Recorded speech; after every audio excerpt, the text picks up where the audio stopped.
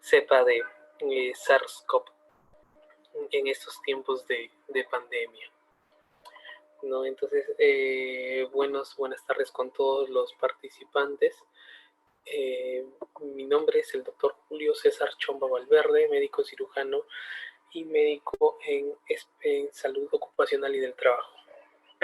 Bueno, sobre este tema, que es de relevancia nacional e internacional, vamos a tener una pequeña introducción. También al final va a haber un test cuando más alumnos estén conectados.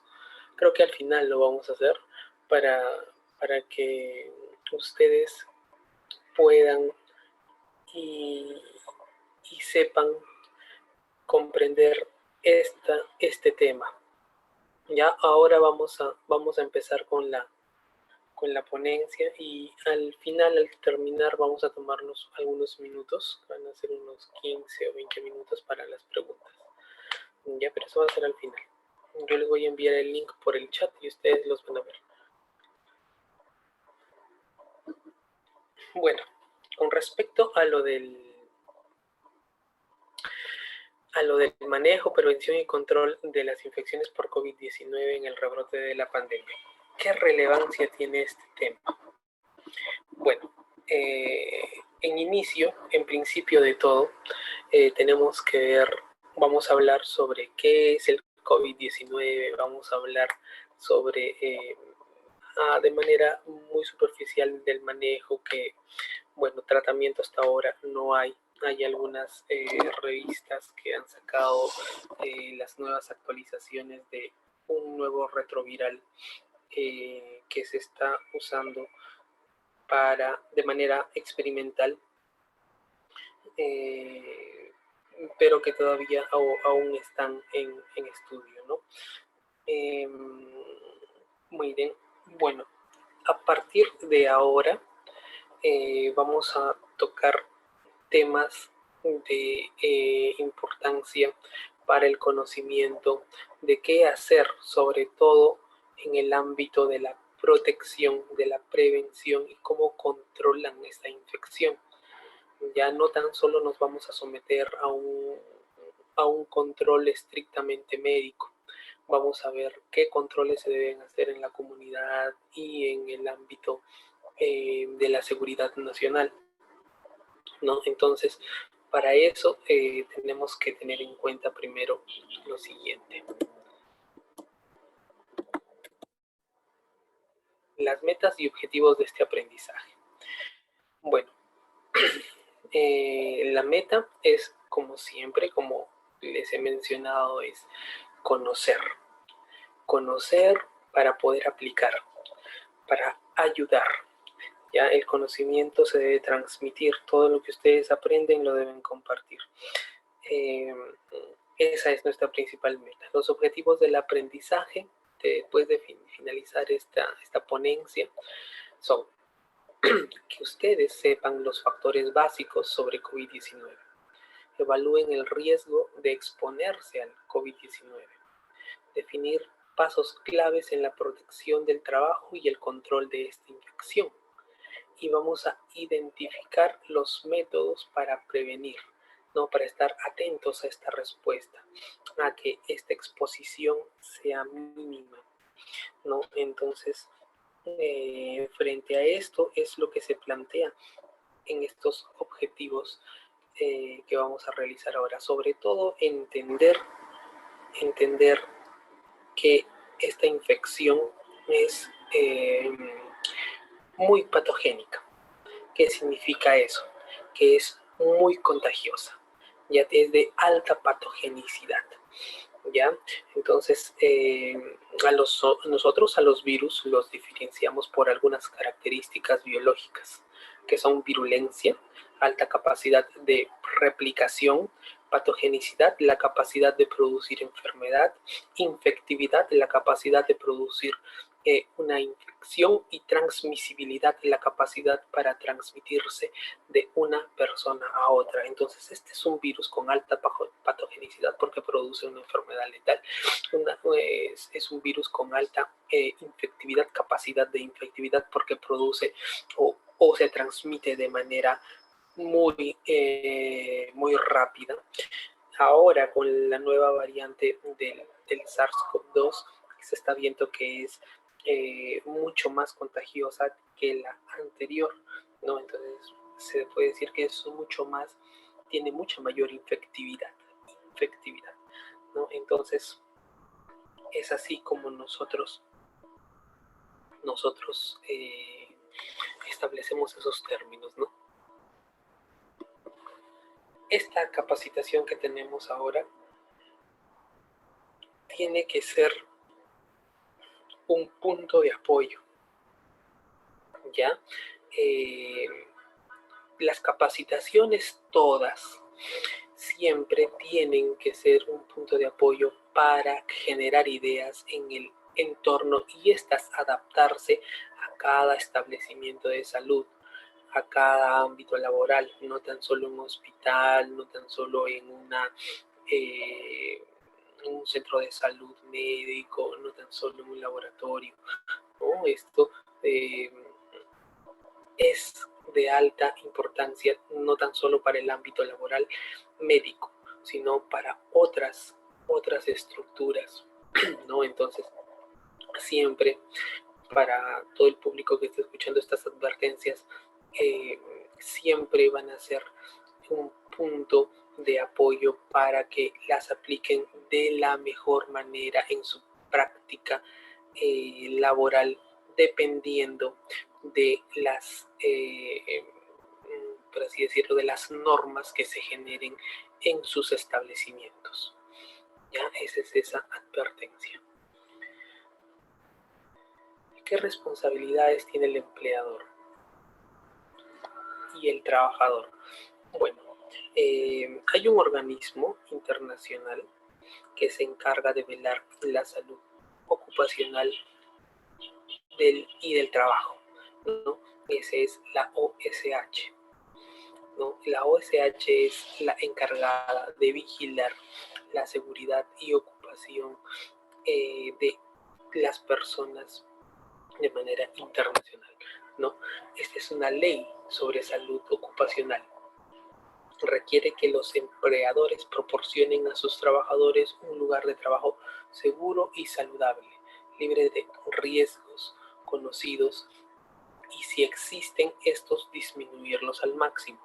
Estas responsabilidades del empleador también incluyen proporcionar tanto los métodos de diagnóstico precoz como los famosos EPPs, o sea, su material de protección, ¿no? Y los trabajadores, ¿qué deben hacer? Siempre participativos para la formulación e implementación de las políticas de seguridad. ¿Qué más? Deben ayudar a asegurar, ¿no?, que éstas se implementen y a cumplirlas, ¿no? Esto de la pandemia eh, nos ha hecho sacar las peores debilidades de un tercer mundo, ¿no? Que son el incumplimiento, el evadir las responsabilidades, el evadir las medidas de control, el tratar de sacarle la vuelta a la ley, ¿no? Es por eso que nosotros aplicamos medidas de cuarentena y no funcionan, ¿no? ¿Por qué no funciona? Porque esto más viene de una conciencia social, de la cultura de la población, ¿no? Si es que todos fueran, eh, o todos se adaptaran a todas las leyes que se promueven, a todas las normas que se dan, a todos los consejos, el correcto uso de la mascarilla, ¿no? No estaríamos en una medida tan propensos a que esta pandemia se descontrole o se propague con tanta magnitud, ¿no? Es así como la OMS, la OSH tratan de concientizar, tratan de mandar información para poder controlar, para poder hacer de conocimiento a la población y que éstas puedan tomar sus debidas prácticas en el trabajo, las seguridades, la información sobre el conocimiento del riesgo, ¿no? Los trabajadores también tienen el derecho a informar las condiciones de riesgo, ¿no? Tienen que informar, por ejemplo, en el ámbito hospitalario, ¿no? De alguna violación a la norma, ¿no? Que se salgan con el EPP a un lugar que no es rígido, ¿no? Que salgan, por ejemplo, algunos materiales que se usan en el ámbito hospitalario exclusivo de una instalación COVID, que salgan a una que no es, ¿no? Entonces, por ejemplo, también, ¿no? Que no cumplan con el según los riesgos de exposición, ¿no? Mascarillas con filtro, full face, N95, y que simplemente estén usando, por ejemplo, en el ámbito hospitalario una mascarilla de tela o quirúrgica, ¿no?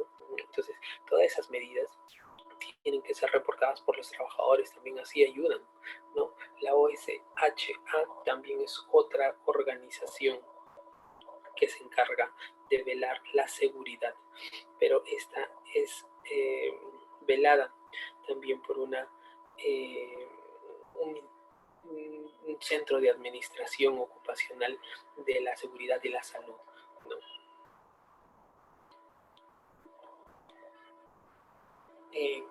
Miren, esto empezó más o menos acá en el Perú en marzo, el 11 de marzo del 2020, ¿no? De ámbito mundial, ¿no? Considerado una pandemia. Ha causado graves enfermedades y muerte. Se propagan de persona a persona en todo el mundo en forma continua. Presenta un riesgo especialmente alto para los adultos mayores de 60. Principales factores de riesgo que se saben hasta ahora es que el paciente presente alguna comorbilidad, ¿no? El riesgo de mortalidad de este virus llega hasta el 2% para la población en general. ¿Qué significa esto? Que la población que no tiene ningún factor de riesgo, pero las poblaciones que tienen factores de riesgo, por ejemplo, los pacientes que son mayores de 60 o 65 años, que son considerados como adultos mayores, el riesgo se va incrementando de un 2 a un 4% tan solo por la edad, ¿no? Otros factores de riesgo importantes, por ejemplo, el que tenga asma, ¿no?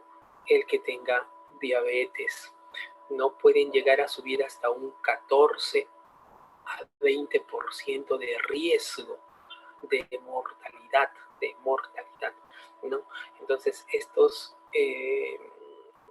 estas características de mortalidad van variando según el grupo etario y según los factores de riesgo, ¿no? Para personas con condición médica preexistentes como hipertensión, ¿no? Problemas cardíacos, por ejemplo, un paciente que sufra de insuficiencia cardíaca congestiva, ¿no? Sabemos que el virus puede producir una carditis, ¿no? Una inflamación del miocardio, ¿no? Puede producir también eh, eh, arritmias, puede producir fibrilaciones, no puede producir ritmos anómalos en el corazón, ¿no? Entonces también los pacientes que tienen estos problemas cardíacos, que sufren de insuficiencia cardíaca, que sufren de infartos agudos de miocardio, que tienen bloqueos coronarios, ¿no? Que son usuarios de prótesis valvulares o que son usuarios de,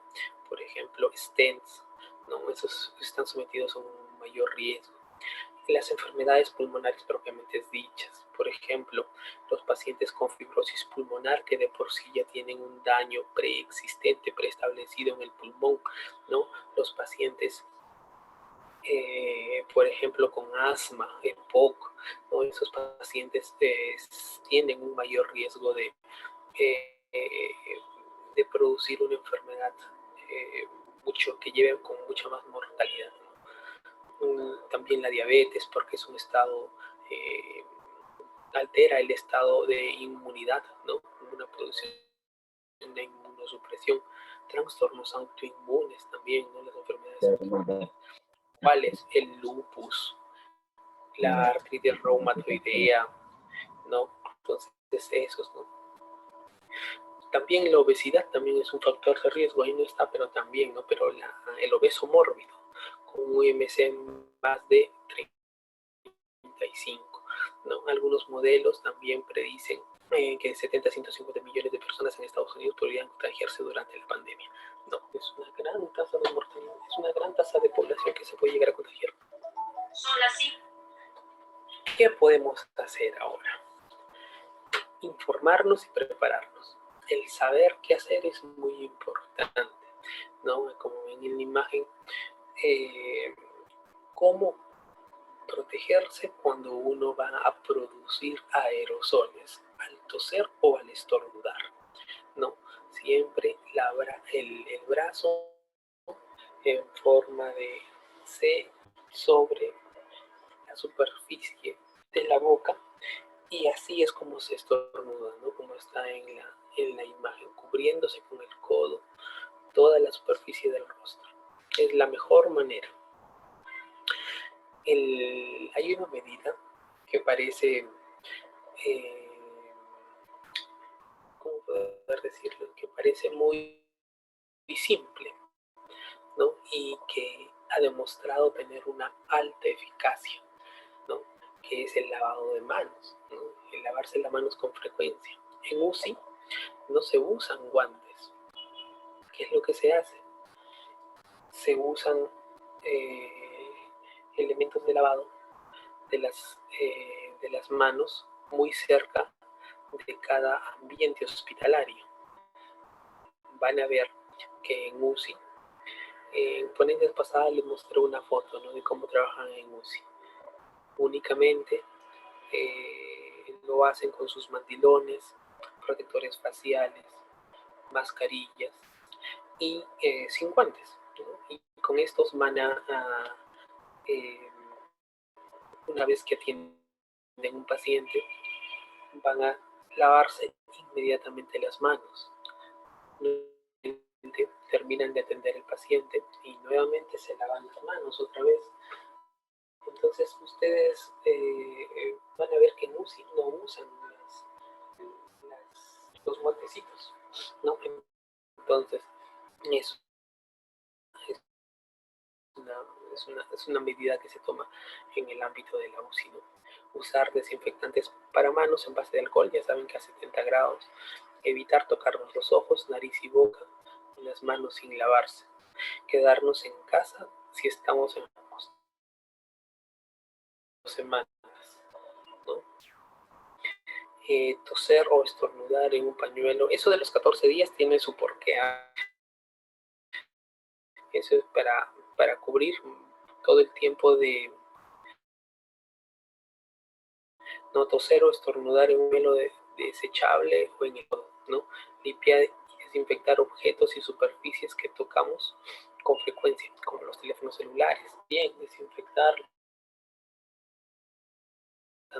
no tan solo de virus, sino también de bacterias, ¿no? Esporas. Preparar, cierran temporalmente, ¿no? Eh, Acá, rápidamente, pasos para el lavado de manos en forma correcta, ¿no? Primero, mojarse las manos. También pueden usar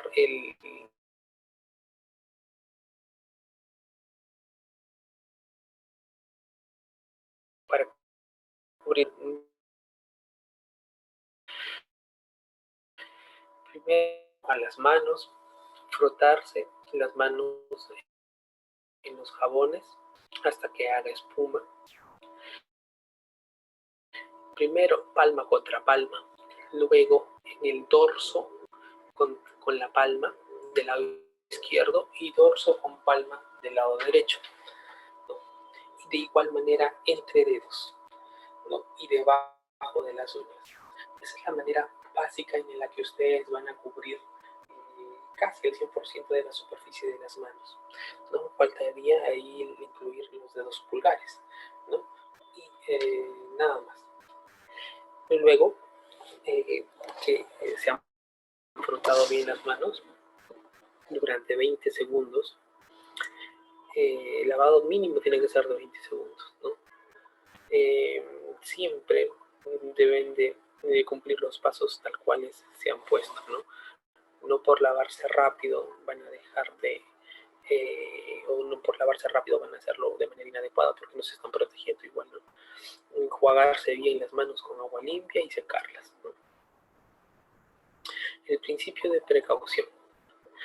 Cuando se trata siempre de seguridad, el principio de precaución siempre tiene que tener pasos razonables para reducir el riesgo. Estos no se deben esperar con certeza científica, sino sobre la naturaleza del peligro o del riesgo. ¿Qué significa eso? Ustedes tienen que pensar siempre, por principio de precaución, que la superficie que están tocando está infectada. Ya la superficie que están tocando está infectada. El material que están recibiendo de otra persona está infectado. No, es el principio que se está rigiendo ahora. No ven que todo el mundo lleva su alcohol en mano, da la plata con alcohol, en el dinero, en los billetes, en las monedas, ¿no? Entonces, eso es por este principio, ¿no? El principio de precaución es estimar que el riesgo está siempre existente. Ahora vamos a pasar, ahora que ya hemos visto esa parte de manera general, tienen que saber qué es el COVID-19, qué características tiene, ¿no? Porque ya hemos tenido infecciones, epidemias muy parecidas, ¿no? Como les mencioné, otros grupos, están las infecciones por el MERS, por el SARS-CoV-1, ¿no? Este virus no es nuevo, ¿no? Este virus ya tiene con nosotros los de la familia de los coronavirus, tienen bastante tiempo con nosotros, ¿no? Vamos a ver acá el SARS-CoV-2, COVID-19, ¿no? Como comúnmente lo llaman. El SARS-CoV-2 es un virus que causa la enfermedad por coronavirus. ¿Qué significa SARS? El SARS es un acrónimo de síndrome de respuesta aguda inflamatoria severa, ¿no? Síndrome de respuesta aguda inflamatoria severa. Eso es lo que significa SARS, ¿no? Entonces, ¿cuál es el principal, cuál es la principal fuente o forma de producir enfermedad? Es el proceso inflamatorio descontrolado. Nosotros sabemos que el proceso inflamatorio es un proceso que se controla, no es un proceso por el cual el cuerpo responde como un mecanismo de defensa ante una noxa, ¿no? ante una lesión. ¿No? Es el mecanismo que el cuerpo hace para defenderse. Pero ¿cómo es que un mecanismo de esa magnitud, de esa manera, puede producir ese tipo de reacción tan intensa? Eso es porque produce una cascada de inflamación, ¿no? Una cascada de inflamación descontrolada, ¿no? Donde el principal mediador es la interleuquina 4, ¿no? Entonces, este proceso inflamatorio es descontrolado, ¿no? Vamos a ver si por acá he puesto la lámina de eso. No está, pero a ver, solo podemos ver acá un ratito. Acá solo para que vean por acá. Ya, acá van a ver. Un ratito para explicar. Esta es de otra ponencia que es sobre fisiopatología del COVID, ¿no? Miren, así para que vean, para que conozcan qué es lo que produce. acá me siguen con el cursor. ¿Ya? Entonces lo que se produce primero, esto es un alveolo, ¿ya? Esto es un alveolo, esta es la porción de intercambio gaseoso o la estructura que ven acá.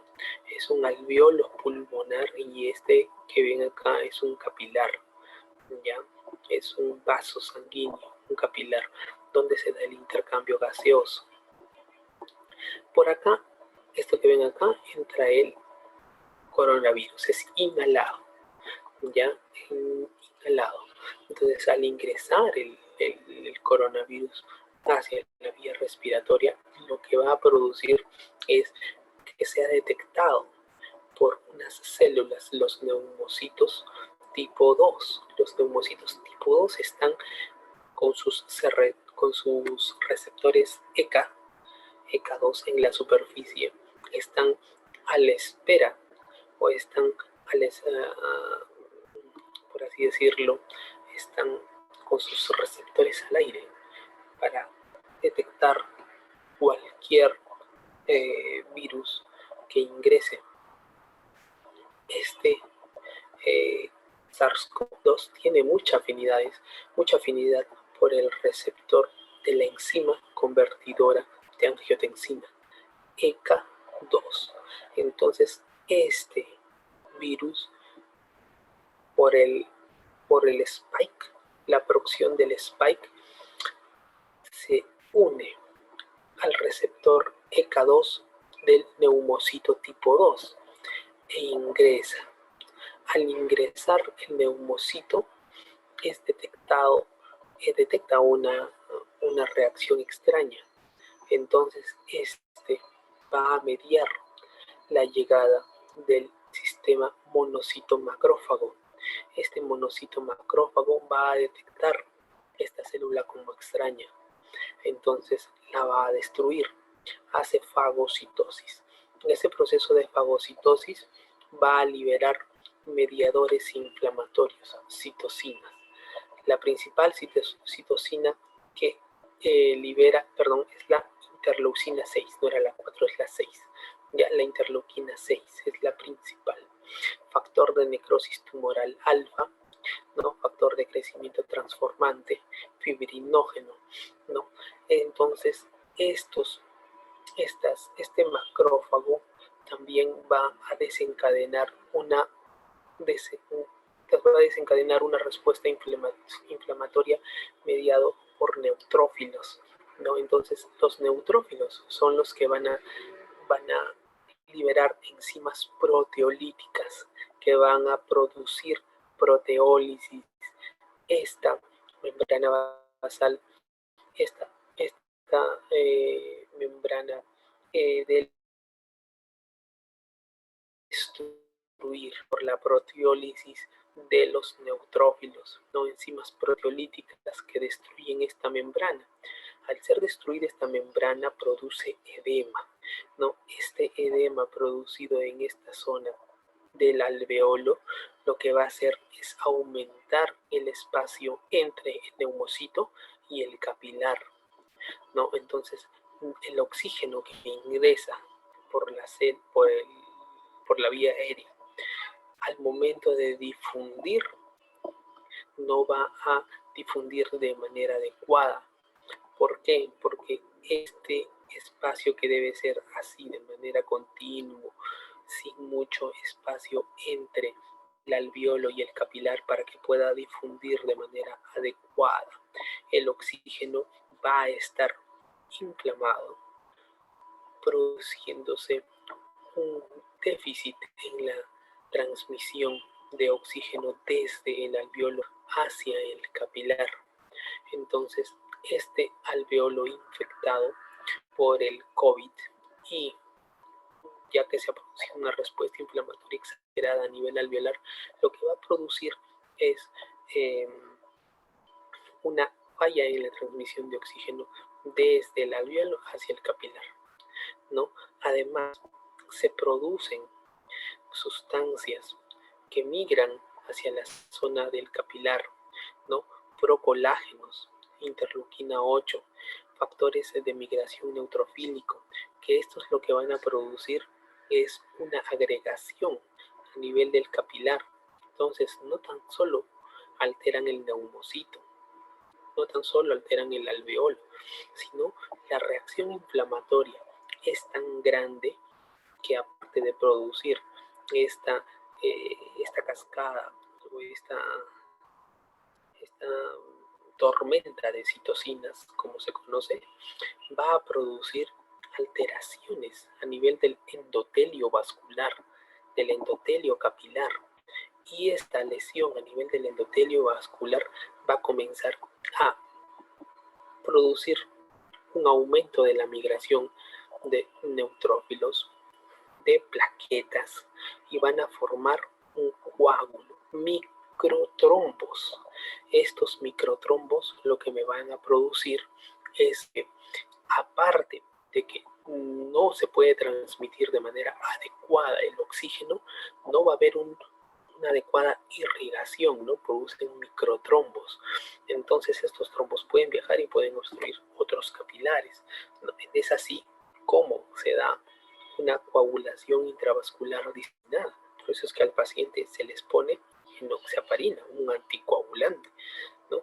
Se puede dar un anticoagulante, nunca un antiagregante plaquetario, ¿no? Eso es para otra cosa, porque por ahí he visto algunas que le dan antiagregante plaquetario, eso no sirve. Se les da enoxaparina, ¿no? Entonces, eso se da como anticoagulante para prevenir que esta es para prevenir la CID. CID significa coagulación intravascular diseminada, ¿no? Entonces, es así como se produce esta fisiopatología a grandes rasgos de el COVID a nivel pulmonar. Esa diapositiva nos muestra tan solo el daño a nivel endotelial vascular, el daño a nivel alveolar, ¿no? Y el daño a nivel intersticial. Por eso es que produce una neumonía de tipo intersticial, ¿no? Lo que se altera es el intersticio de edema, ¿no? Esto no es pus, porque si fuera pus eso sería una neumonía, ¿no? Una neumonía bacteriana. Esta es una neumonía de tipo viral, ¿no? Pero es que las radiografías características de estas es en vidrio deslustrado, ¿no? Porque lo que se ve es agua, líquido, edema, ¿no? También hay lesiones en otros órganos, vean. Lesión pulmonar, acá se ve la migración de estos virus a la circulación. Es que los receptores EK2 no tan solo están en el alveolo, también están en el riñón, también están en el corazón, en el hígado, ¿no? Entonces estos receptores EK2, los EK2 significa enzima convertidora de angiotensina 2, esos también se encuentran a este nivel, entonces también puede producir esa respuesta inflamatoria a nivel del corazón, del riñón, del hígado. Por eso es que se pide también a los pacientes, ¿no?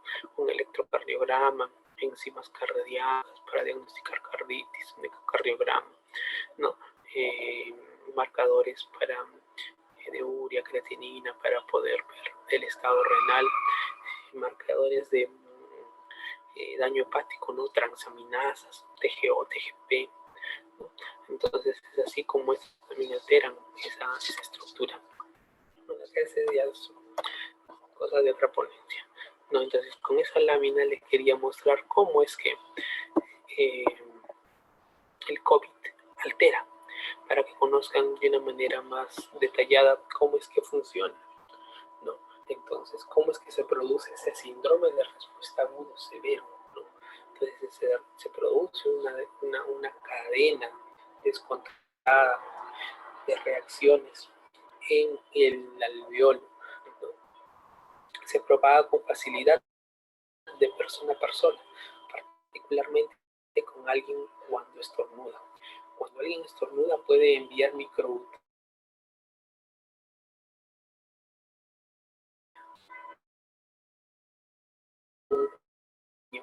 con tan solo haber estornudado, ¿no? Por eso es que es importante que sepan cubrirse nariz y boca para estornudar, ¿no?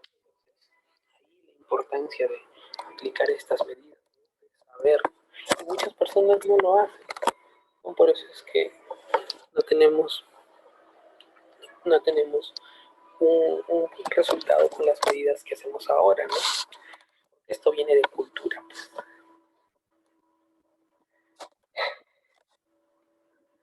La transmisión. El COVID-19 se propaga de persona a persona, principalmente al toser, estornudar y posiblemente al hablar y respirar también. Al hablar nosotros en voz alta también producimos microgotículas, ¿no?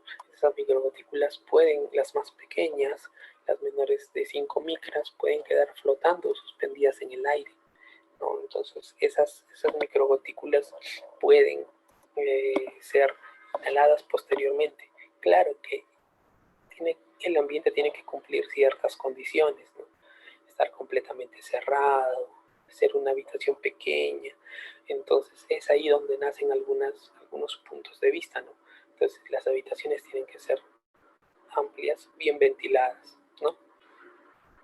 Los aerosoles también, ¿no? Una partícula sólida o gotículas de líquido suspendidas en el aire, producto de, por ejemplo, intubación, por ejemplo, de nebulización, por ejemplo, de broncofibroscopías, por ejemplo, de estornudar, toser, ¿no? Entonces ahí están las gotículas, ¿no? Al estornudar y toser, las gotículas y los aerosoles, por esas medidas que le he dicho, ¿no? Las nebulizaciones, las intubaciones, las broncofibroscopías. Entonces, por contacto también es otra medida, ¿no? Usted tose, se toca la cara o se pone la mano, no uso el codo ni el antebrazo, y lo que va a producir es que esa mano que ha tenido contacto con sus secreciones, y si usted está infectado con COVID-19 o SARS-CoV-2, usted si toca alguna superficie, pues ya está dejando ahí el virus, ¿no? Y está dejando ahí las partículas de virus. Y si viene otra persona y pues las toca, se va a contaminar. Hay otras rutas también, se ha visto que se ha detectado en que en heces también están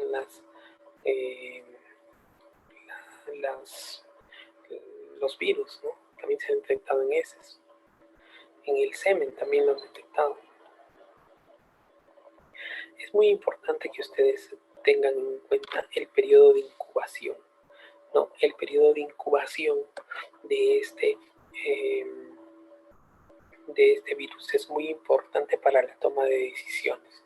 Un paciente asintomático puede contagiar, entonces es muy importante saber si es que uno tiene o ha estado en contacto con algún paciente sospechoso de COVID, o es tu pareja, o es tu papá, tu mamá y tú lo has cuidado y sabes que él tiene COVID, pues también te tienes que aislar, así no tengas síntomas, ¿no? Entonces, ¿cuál es el periodo de incubación? El periodo de incubación, más o menos la media, son de 7 días, ¿ya? Pero se ha visto que el periodo de incubación puede generar síntomas hasta 14 días después.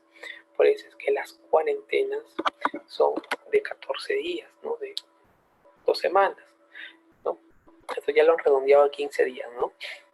Entonces así tienen que ser los aislamientos, ¿no? 15 días. ¿Por qué? Porque el periodo de incubación comprende eso.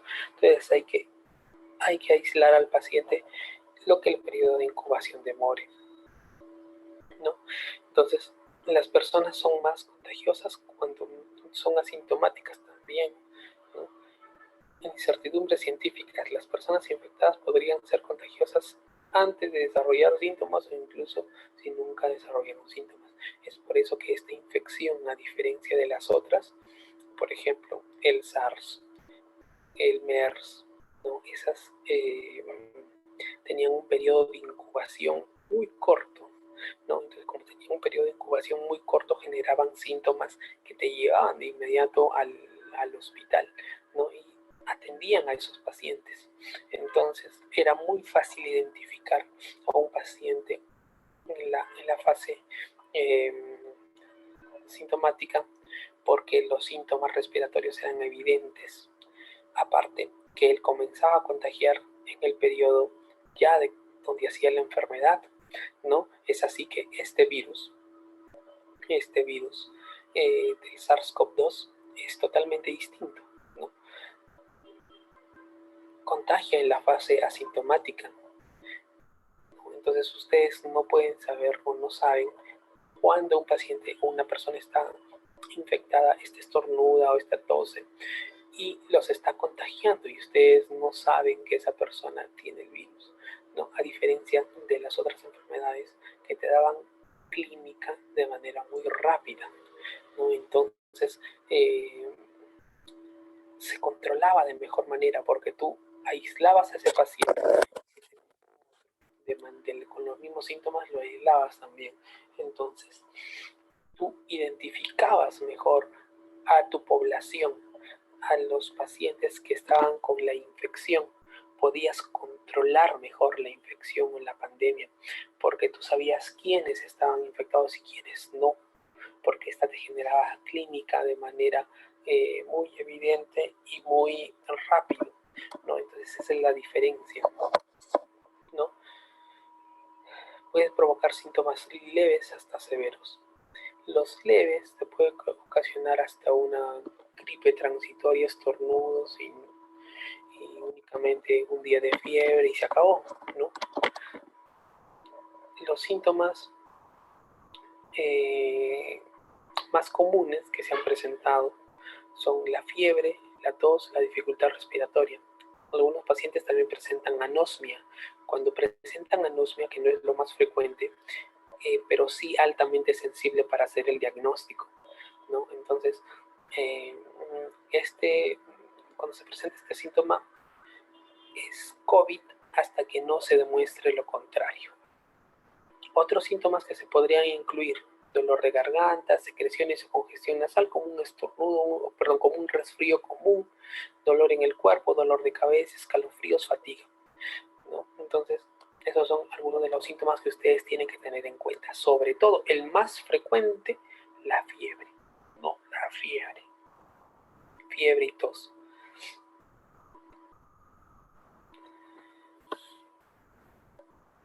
Cuando hay síntomas graves, es una señal de advertencia, de emergencia para ir de inmediato al hospital más cercano y ser atendido, ¿no? ¿Cuál es el signo de alarma más evidente? Que nosotros podemos hacerlo mediante un aparatito que se llama oxímetro de pulso. Bueno, es la desaturación, ¿no? Cuando un paciente está desaturando, si ustedes tienen a sus familiares y tienen ese aparatito y ustedes se lo ponen en el dedito, cuando la saturación es menor de 94, ese paciente debe de recibir oxígeno. No esperar a que el paciente esté saturando 91, 90, ¿no? Esas saturaciones menores de 94 deben ser atendidas con oxígeno, por canula binasal o máscara de reservorio, ¿no? Dependiendo del grado de lesión, dependiendo del grado de alteración del pulmoncito, ¿no? Entonces, así ustedes lo identifican acá: a nivel del mar menor de 94 y en la altura, en alturas mayor a 2500 metros, por ejemplo, Arequipa, Puno, la saturación siempre tiene que estar por debajo de 92, ¿ya? Para iniciar oxigenoterapia. No es distinto tratar a un paciente acá en la costa que tratarlo allá en la sierra, ¿no? Los parámetros son muy distintos. La mayor parte de la gente tendrá síntomas leves. Dicen que 80% de la población hace síntomas leves. El otro 20% hacen síntomas moderados y en un menor porcentaje hacen síntomas severos. Como le dije, el 1 a 2% tienen alta mortalidad, ¿no? Tan solo es un porcentaje pequeño, pero que aumenta por grupo etario, como le dije. No acudir al hospital o a la sala de emergencias. Buscar atención médica de inmediato. Si tiene qué cosas, ustedes deben de saber identificar los signos de alarma: dificultad para respirar. Si tienen oximetría de pulso, mejor, lo ven ahí también. dificultad para respirar, dolor persistente o opresivo u opresivo en el pecho. Eso es indicativo de que el paciente está sufriendo de una miocarditis, una carditis, ¿no? Confusión o letargo es la somnolencia, ¿no? Alteraciones del sensorio, significa que hay una alteración neurológica, ¿no? Por ejemplo, producen encefalopatías, ¿no? Labios o cara morados, porque ya por el grado de hipoxemia, o sea, ya no llega tanta sangre, ya no llega tanto oxígeno del pulmón hacia la circulación sistémica, que el paciente entra en estados de anoxia, ¿no? De anoxia, ya no puede ventilar más los pulmones por el alto grado de inflamación de ellos, y se produce pues esos grados de cianosis en labios, cara, ¿no? Dedos.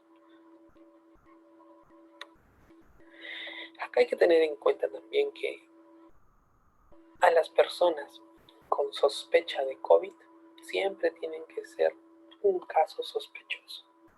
Si tiene algún síntoma o ha estado en contacto con un paciente con COVID, puede o está infectado, tiene que hacer cuarentena, ¿no? Tiene que hacer su aislamiento, mejor dicho. ¿No? Una persona que muestra signos o síntomas tiene factores de riesgo potenciales, ¿no? En un caso sospechoso, una exposición potencial dentro de los 14 días antes de la aparición de síntomas, ¿no? Síntomas como tos, fiebre y falta de aliento. Esos pacientes tienen que ser aislados, ¿no? Si es que tienen síntomas leves, en su casa, ¿no? Si tiene síntomas moderados o severos, para el hospital, ¿no? Entonces es así como nosotros identificamos al paciente, ¿no? Entonces hay que tener en cuenta bastante estos 14 días, ¿no? El caso confirmado es aquel paciente por el cual se ha detectado la presencia del virus en el individuo, ¿no? Acá únicamente son síntomas o antecedentes de contacto en los últimos 14 días o exposición con alguien que ha sido diagnosticado de COVID, ¿no? Entonces por eso es que es muy importante el antecedente del contacto, ¿no? Porque ese es un caso probable por nexo epidemiológico, ¿no? Porque has tenido contacto con otra persona. El caso confirmado es el caso donde ya tú detectas de manera directa o indirecta la presencia del virus en el cuerpo, ¿no? Puede ser confirmado por un laboratorio. Ahí están las famosas pruebas rápidas o las pruebas moleculares, ¿no?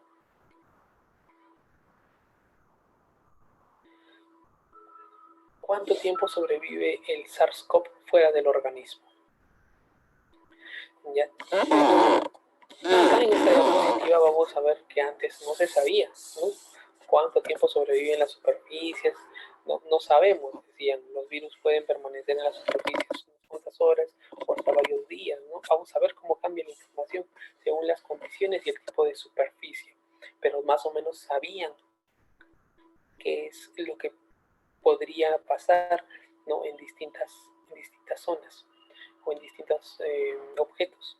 Es probable que puedan eliminarse con un desinfectante sencillo como las que aparecen en la lista de la EPA, ¿no? Entonces, acá ustedes ven que no se conocía, ¿no? Pero ahora, mira, en esta diapositiva ustedes ven cuánto es que sobrevive el virus en cada superficie. Entonces, en plástico, látex, bolsas, ¿no? Entonces, por eso es que, miren cuánto tiempo sobrevive, 72 horas, ¿no? Por eso es que los guantes no están indicados para ser usados, ¿no?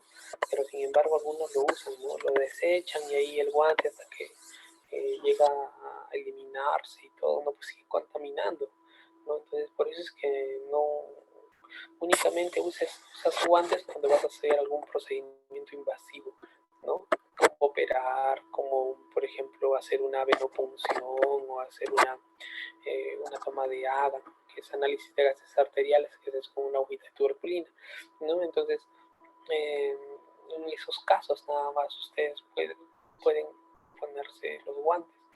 En el acero, por ejemplo, 48 horas. En el cartón, 24 horas. En el cobre, 4 horas. ¿No? ¿No han visto? La vida media cuando es un aerosol, o sea, es decir, cuando está suspendido, cuando tú has intubado a un paciente o cuando tú has nebulizado a un paciente, ¿no? Casi 3 horas, ¿no? Las condiciones experimentales de esto fueron en un ambiente cerrado, ¿no? Que era de 2 por 2 metros, eh, entre 21 y 23 grados de temperatura y una humedad relativa del 65%. Esas fueron las condiciones en las cuales se hicieron todo esto, ¿no? Entonces ahí ya tienen una noción, ¿no? ¿Y cómo es que ustedes, ya sé esto, ¿no? Entonces, ¿cómo lo elimino? Tienen que saber cuánto tiempo tienen que estar expuestos estas cosas a las sustancias para ser eliminado. Por ejemplo, si yo quiero eliminarlo, lo puedo hacer con alcohol al 70%, con la lejía, ¿no? El hipoclorito de sodio, ¿no? Entonces, ustedes tienen que ver el contacto con hipoclorito de sodio para estas superficies, para eliminarse con hipoclorito de sodio o lejía, es de 1 minuto, ¿no? Y para descontaminar esta superficie con alcohol al 70% tiene que ser una exposición de 5 minutos. En 5 minutos está eliminado el virus con alcohol y con lejía 1 minuto, ¿no? El mayor riesgo de convertirse en enfermedad grave, ¿no? El COVID-19 constituye un gran riesgo para convertirse en una enfermedad grave para las personas que padecen condiciones de salud preexistentes, es decir, factores de riesgo preexistentes, enfermedades del corazón, cardiopatías, valvulopatías, ¿no? Y más. Enfermedades pulmonares como el asma, el EPOC, la fibrosis, ¿no? La diabetes de por sí, los diabéticos tipo 1, tipo 2 están más propensos a producir enfermedad. El sistema inmunitario debilitado, las leucemias, los cánceres, las radioterapias, quimioterapias, el paciente con leucemia, linfoma, todos ellos están produciendo enfermedad. Los adultos mayores tienen tasas más altas de enfermedad grave por el COVID-19, ¿no? Por grupo etario, les dije también, ¿no? Entre los niños y los adultos más jóvenes han habido menos enfermedades graves y menos muertes debido a que el COVID-19 es una enfermedad nueva y existen muchas interrogantes científicas. ¿No? Ahora ya se han descubierto algunas de ellas, ¿no? De la fisiopatología, de cómo actúa, ¿no? Pero se está viendo que ahora la mayor población a la que está expuesta este virus son la población joven. Por eso es que ahora hay tanto joven en UCI, ¿no? Tanto jovencito. La fisiopatología es la misma, sino que ahora la población o el grupo etario que más está saliendo o más se expone son los jóvenes, ¿no? Los jóvenes están saliendo a exponerse más, principalmente los que están eh, en centros laborales o los que están en atención hospitalaria o UCI, en pacientes que están en cuidados intermedios, ¿no? Ellos son los que más expuestos están. Acá, como mira, acá está, esta diapositiva es muy importante para que ustedes comparen el SARS-CoV-1 con el MERS y el SARS-CoV-2. ¿No? Miren, acá lo importante o lo más resaltante de esto es la tasa de letalidad. Miren, 9.6%, del MERS 34.4%, ¿no? Y del SARS-CoV 2.6%, ¿no? Entonces esto fue en marzo, estas tomas fueron de marzo del año pasado, ¿ya? Entonces miren, ¿por qué no, por qué es que no han seguido habiendo tantas infecciones por MERS, por SARS-CoV-1? ¿Y por qué por SARS-CoV-2? Sí, ¿no? ¿Por qué ha matado menos gente? 415 muertos, 1769 muertos, ¿no? Entonces, ¿por qué este tiene tanta letalidad? La simple y sencilla razón es porque este virus es menos letal, pero tiene una alta infectividad, alta transmisibilidad. ¿Por qué? Porque este SARS-CoV-2 es altamente infectante en periodos asintomáticos. El paciente asintomático puede estar distribuyendo virus y no ser detectado. En cambio, el MERS y el SARS tienen periodos de incubación cortísimos, horas, días, ¿no? Entonces producen enfermedad muy rápido. Entonces, cuando ya llegan al hospital con síntomas, pues son aislados de inmediato, ¿no? Y no producen tanto alboroto al sistema de salud porque son rápidamente detectados en fases iniciales donde todavía no contagian y son controlados, a diferencia del SARS-CoV-2, ¿no? La naturaleza es sabia, ¿no? A veces este tipo de infecciones eh, van evolucionando, mutan. Cada virus nuevo que va apareciendo es un producto de la mutación del uno previo, ¿no? Entonces, y van adquiriendo distintas características, ¿no? Entonces, este es de alta infectividad, de baja mortalidad, pero tiene más muertos que otras poblaciones, ¿no? De otras poblaciones de MERS o de SARS, ¿no? Entonces, miren, esa es la relevancia de esta diapositiva. La gripe estacional versus el COVID-19. El COVID-19 tiene el potencial de provocar más muertes y hospitalizaciones. Pero ya les he dicho, no porque sea alta, tenga una mortalidad elevadísima, ¿no? Les he enseñado que hay virus que tienen una mortalidad mucho más elevada que el SARS-CoV-2, ¿no? Y sin embargo, pues han sido controlados, ¿no? Entonces, este COVID ha venido, pero a quedarse. Ha venido a cambiar el estilo de vida de cada persona, de cada población, ¿no? Es mucho más infeccioso y se propaga con más rapidez que la gripe estacional, ¿no? Entonces, por eso es que nosotros tenemos que tener debemos de ser maníacos para el cuidado de nuestra transmisibilidad, ¿no? Porque tiene alta, alta, alto riesgo de ser infeccioso. Entonces, por esas características es que este virus, muchos especialistas dicen que viene para quedarse con nosotros, ¿no? Hasta el momento la tasa de letalidad es del 2%. La tasa de letalidad de la gripe estacional es alrededor del 0.1%, ¿no? Lo que hace al COVID-19 20 veces más letal que la gripe estacional, ¿no? Se estima que del 15 al 20% de las personas infectadas quizás sufran síntomas graves, incluyendo neumonía con dificultad para respirar y una menor saturación de oxígeno, ¿no? No hay tratamiento, bueno, ahora sí hay vacuna y también hay algún tipo de inmunidad, ¿no? Ahora que se usan los sueros. No, pandemia de influenza. Este es un recordaris nada más. La pandemia de la influenza pasó en 1918 y tuvo su pico en 1920. Luego han ido cambiando, ¿no? Si se dan cuenta, más o menos siempre cada 100 años es que se produce este tipo de pandemias, ¿no? La primera pandemia fue en 1320.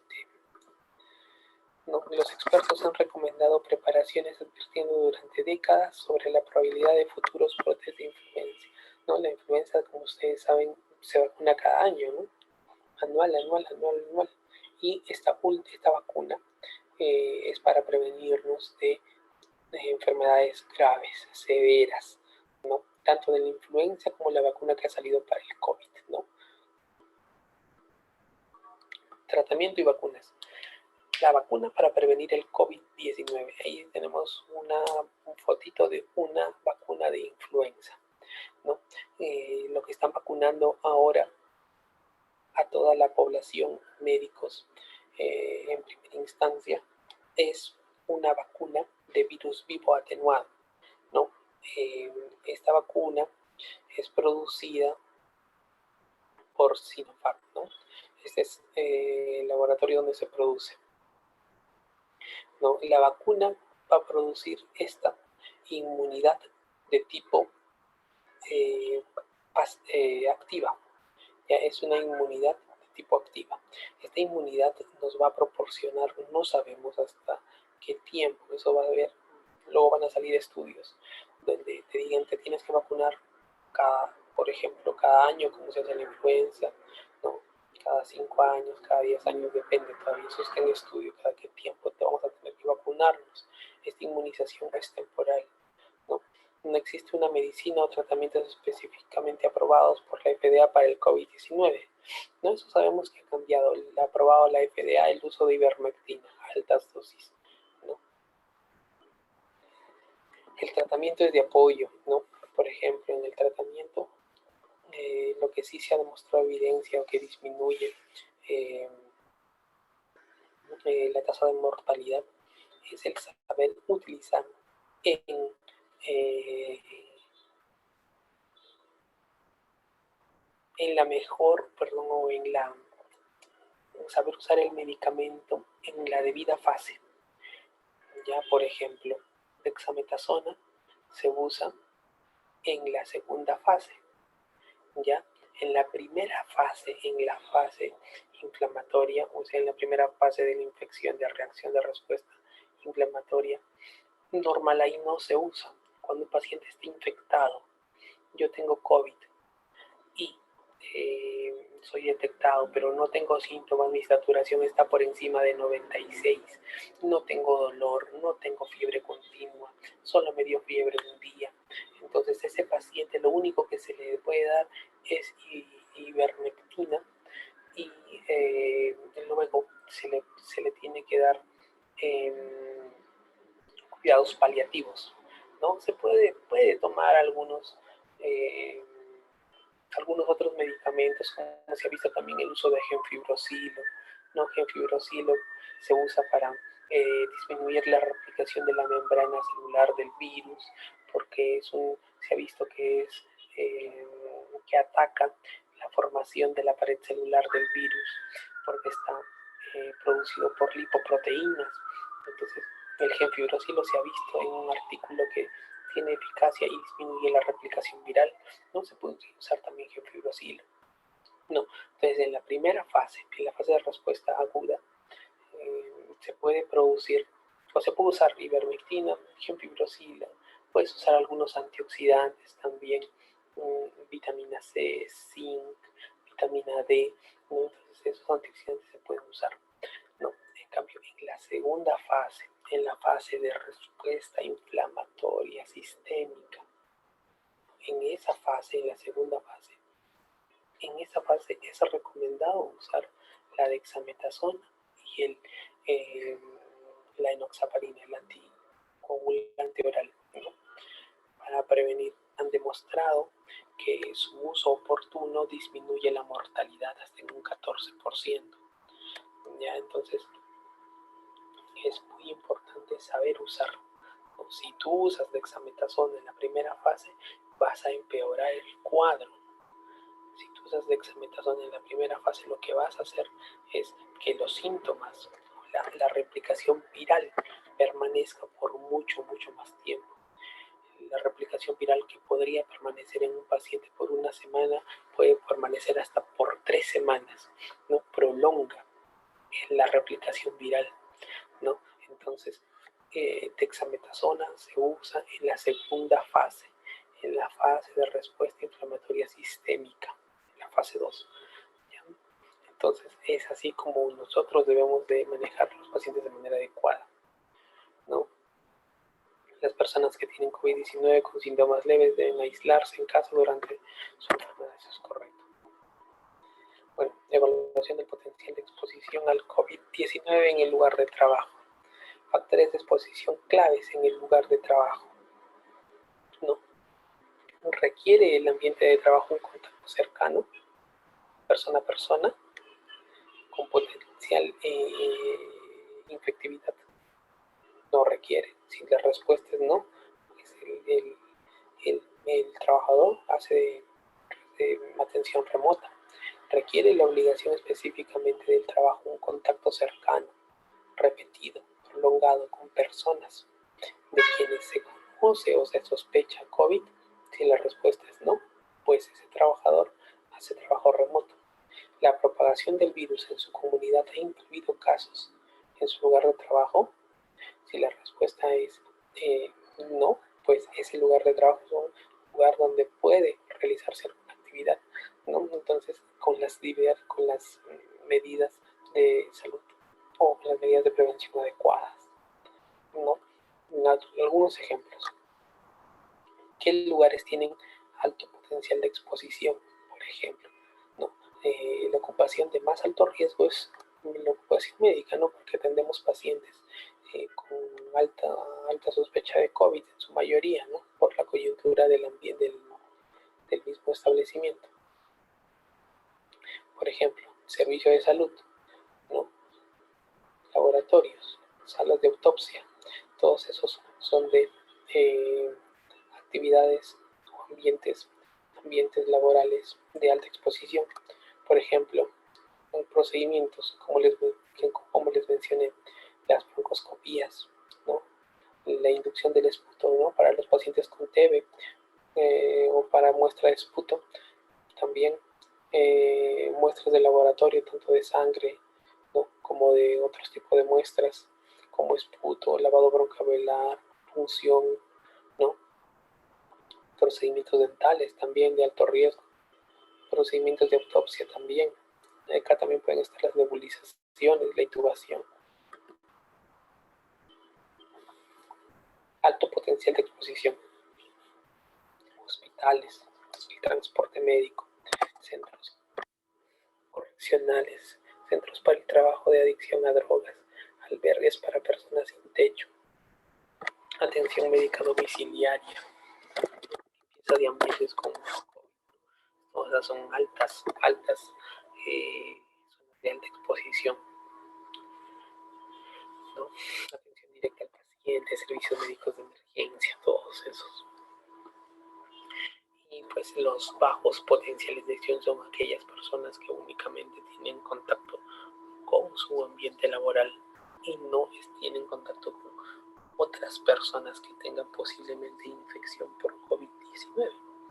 No, estas son habitaciones donde no requiere contacto frecuente con el público. No, generalmente oficina. Acá vemos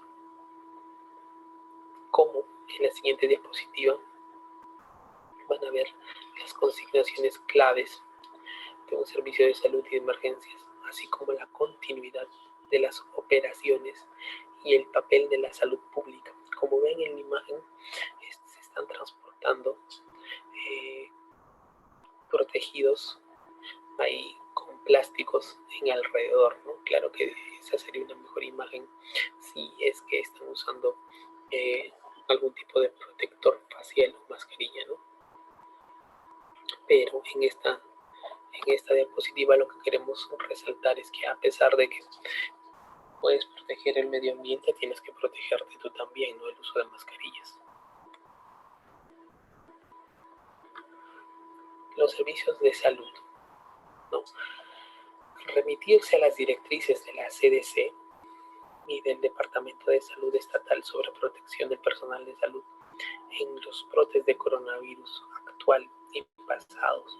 El personal de salud ha tenido una alta tasa de infección, por lo tanto es especialmente importante asegurar que los procedimientos, el equipo y la capacitación sean de manera continua, ¿ya? Para proteger plenamente al personal de salud. El sitio web también de la CDC incluye algunas directrices y ustedes le ponen ahí CDC y ahí les salen las directrices, ¿no? Que van a seguir para los servicios de transporte por emergencia, los servicios médicos. Acá también en las diapositivas que después creo que les hacen alcanzar van a tener algunos links al final. Los servicios de emergencia y la infraestructura crítica deben poder funcionar durante una emergencia nacional, ¿no?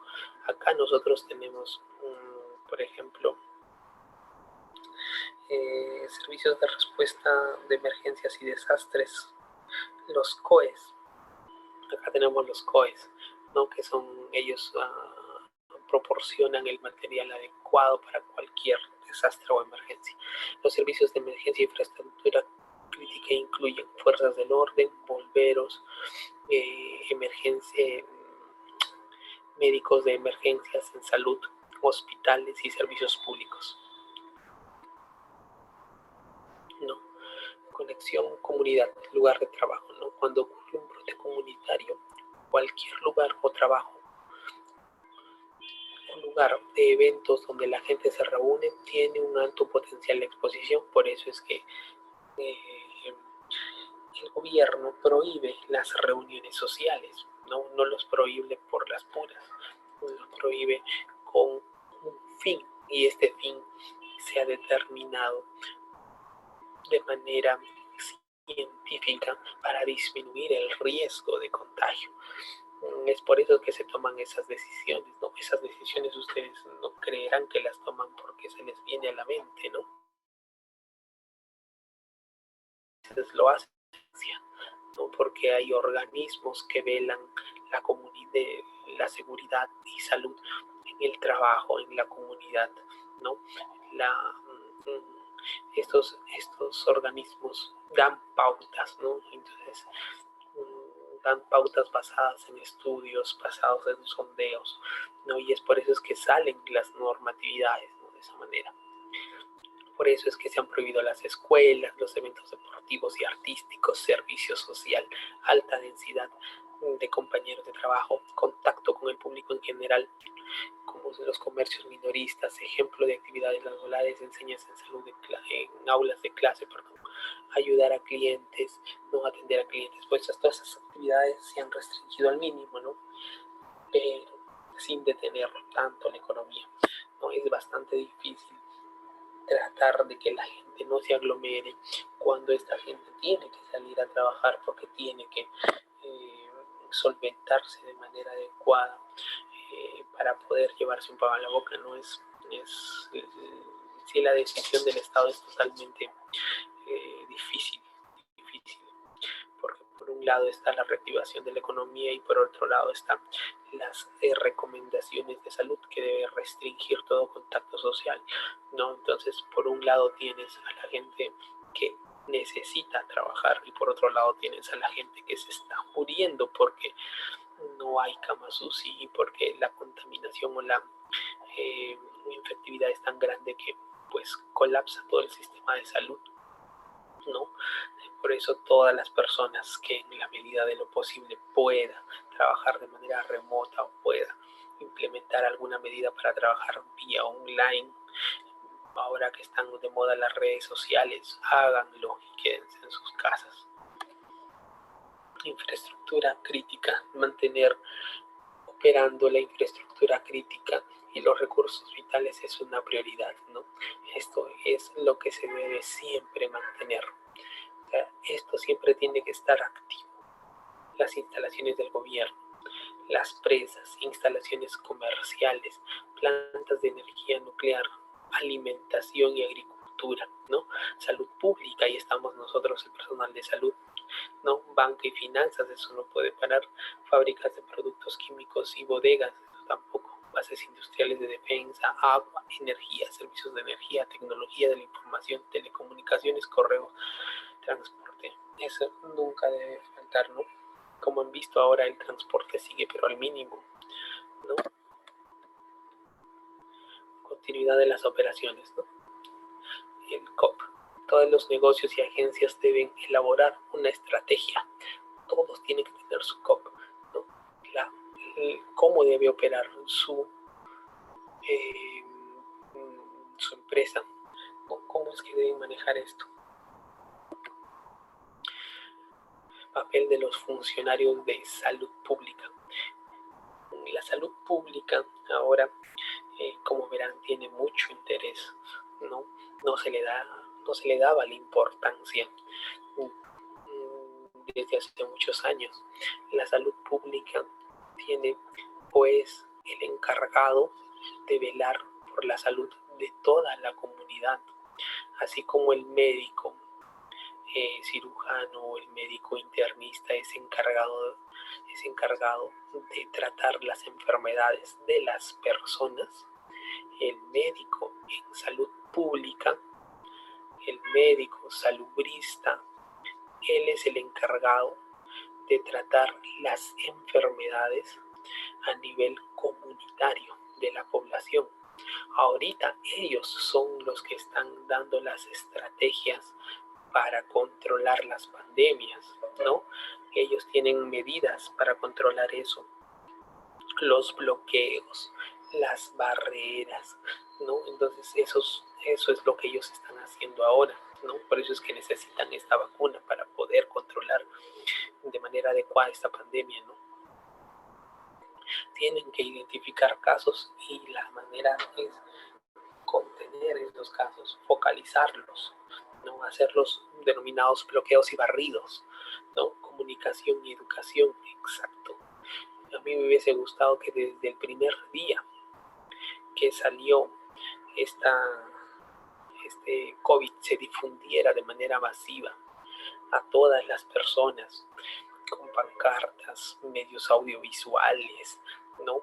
Cómo es que la población debe de enfrentarla, cómo es que la población debería de defenderse, su uso de mascarillas, concientizar a la población, poner puntos de lavado de manos, comenzar a difundir el uso adecuado de mascarillas, cómo debe usar la mascarilla, concientizar a la población, no, pero no se hace, ¿no? Entonces eso es prevención primaria, ¿no? Prevención primaria de la salud en salud pública, ¿no? Es prevenir la exposición al riesgo, pero ya no se puede, ¿no? Ya pasó esa etapa. Rastreo de contactos, ¿no? Es decir, si detectan a alguien con la enfermedad, pues seguir a quien estaba en contacto con esa persona, familiares, el lugar de trabajo, ¿no? Su propia casa. Mitigación. La mitigación podría incluir restricciones a eventos y reuniones públicas, transporte y otras actividades, ¿no? Restricciones hasta la medida de lo posible, lo que se pueda, ¿no? Promover el distanciamiento social, más de 1 metro, 1,5 metros. No ir a los lugares donde la gente se junta o reúne, obviamente. Evitar transporte público local si se está enfermo y guardar distancia aproximadamente 6 pies o 2 metros, ¿no? También más estrictos ahí. Ahora, métodos para prevenir el COVID-19 en el lugar de trabajo. Esta es la principal medida, ¿no? Prepararse para la amenaza. Estar preparado, ¿no? Saber qué hacer. Implementar medidas de prevención en las labores. Tener, ¿cómo se denominan los PETs? ¿No? Si cada empresa elabora sus PETs, pues eso sería lo mejor para cada empresa, ¿no? Y si hay un PET elaborado, cada empleado debe conocer el PET. Implementar el plan de comunidad de las operaciones. La comunidad también puede tener un plan de operación, ¿no? La cosa es organizarse nada más. Manejar la recuperación del negocio post epidemia. Eso sí, depende bastante de la persona y depende bastante del estado, de las facilidades que le den. Por eso es que ahora salen los bonos. La propagación comunitaria puede impactar sobre cualquier lugar de trabajo. La mitigación podría incluir cancelar eventos, cerrar, no es lo que está haciendo, ¿no? Por ejemplo, la NBA suspendió su temporada, eso es lo que se está haciendo, lo que se ha hecho hasta ahora, ¿no? El fútbol también, las universidades, todo está en distancia, no todo es virtual. Los empleos de estadios, centros de arte y otros lugares donde la gente se reúne, todos cerrados, ¿no? Considera el impacto sobre los trabajadores, esto es importante, esto es para todas las empresas, tienen que tener una manera adecuada de cómo ver velar por sus trabajadores, ¿no? Se le pagará al trabajador si su lugar de trabajo cierra, se les pone en cuarentena, ¿no? El trabajo remoto es una buena opción, si es que este tiene actividades que se pueden realizar de esa manera y no necesita contacto persona a persona. ¿Qué puede hacerse por los trabajadores que están enfermos pero no tienen permiso por enfermedad pagado, ¿no? Y esas son preguntas que se deben hacer cada empleador, perdón. ¿Cómo pueden los trabajadores lidiar con el impacto si la escuela de sus hijos cierra, si se pone, ¿no? Para la familia, ¿no?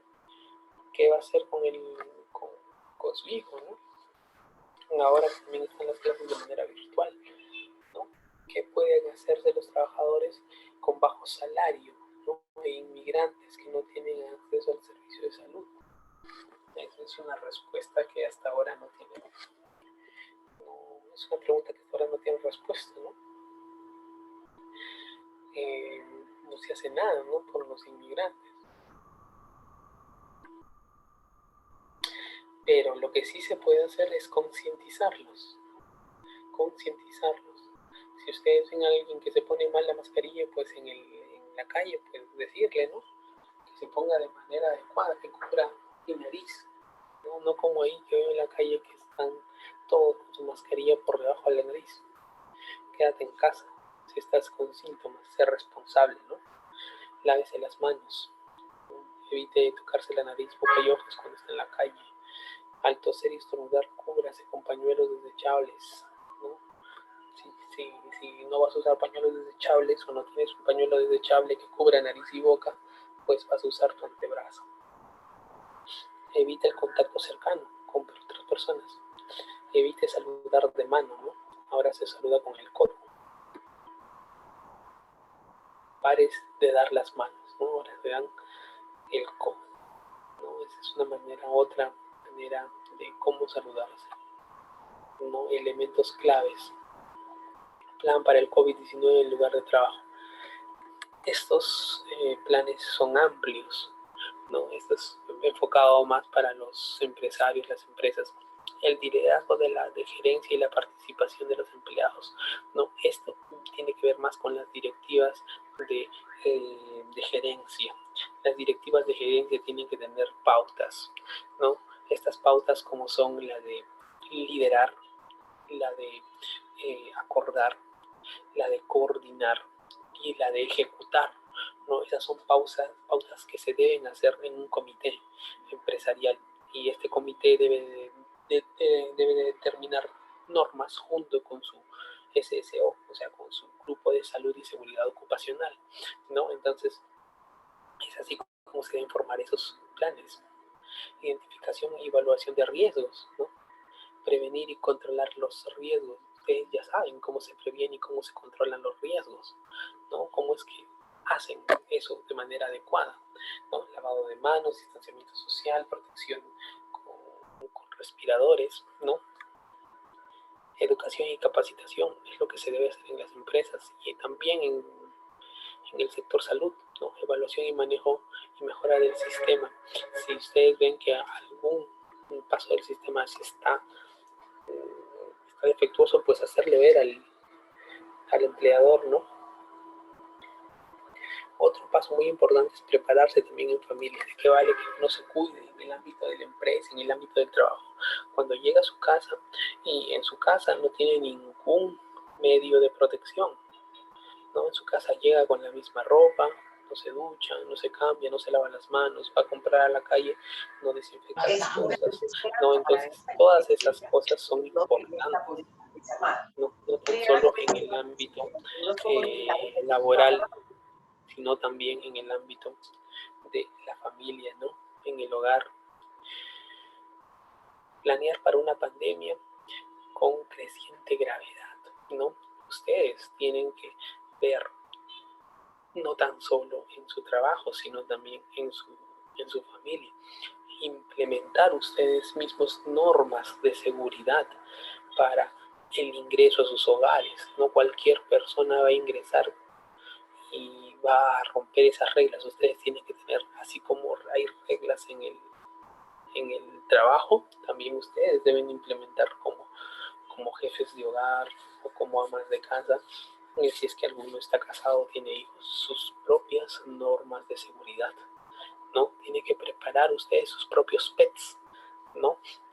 Para así mejorar, ¿no? La CDC recomienda planear para la gravedad actual, ¿no? Y creciente gravedad, que ahora ven en la segunda ola, cómo se ha venido con más fuerza. Esto es una pirámide de colores, donde muestran que la punta de la pirámide es el uso de protectores, de elementos personales, los famosos EPPs, ¿no? Protect the World with Personal Protect Equipment, ¿no? Entonces, esos usos, por ejemplo, acá están las mascarillas, los protectores faciales, los gorritos, los guantes, los mantilones, esos están en la punta de la pirámide, ¿no?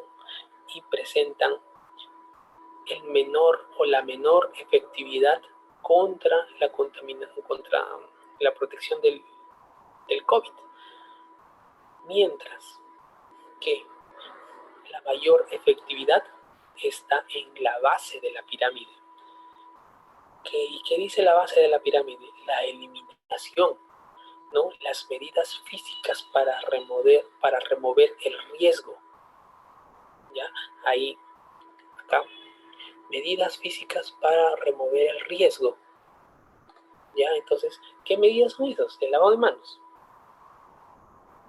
Para no contaminarse de manera respiratoria por microgotículas, la mejor protección es la mascarilla, la N95.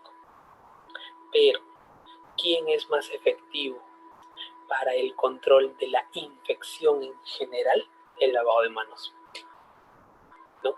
¿Quién lo diría? Una medida tan sencilla es la mejor medida para eliminar el virus. Es la mejor medida para controlar, ¿no?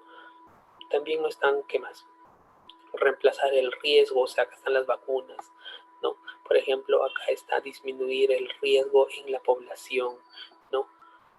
Acá está también cambiar la forma de cómo la gente trabaja, acá los sistemas administrativos de control, acá están la redistribución de los controles de trabajo, ¿no? De trabajo a distancia. Controles de ingeniería, ¿no? La adecuada ventilación, servicios desde su automóvil, ¿no? Ahora todo delivery, o los famosos, ¿cómo se llaman estos? Aparte de los deliveries, están los car attention, ¿no? Los cars attention que no hay acá, o en algunos lugares sí hay, ¿no? Tú vas con tu auto, recoges tu pedido, entras por una zona y sales por otra, ¿no? Entonces esos se deberían implementar, ¿no? Pantallas de plástico y otras barreras como lo hacen los automóviles, ¿no? Cubiertas protectoras. Controles de ingeniería para trabajos con potencial de exposición alta, ¿no? También, claro, cabinas de seguridad biológica, de filtración, así como usa la señorita, ¿no? Es una cabina de seguridad por donde tan solo mete las manos, saca, pone y nada más.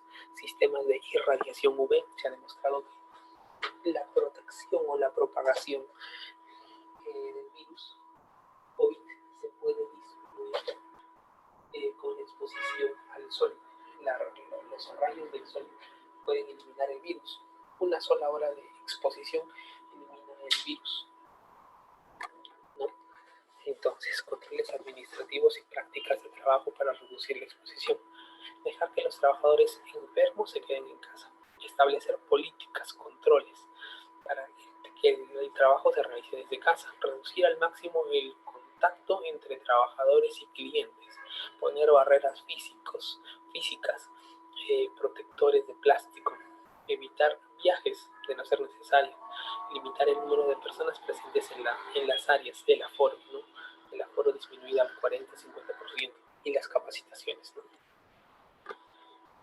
Controles administrativos adicionales. ¿Qué otros controles? No visitas, visitas limitadas, limitar algunas especialidades, ¿no? Los seguimientos que sean por visitas por horarios, ¿no? Y siempre lavarse las manos, lavarse más las manos.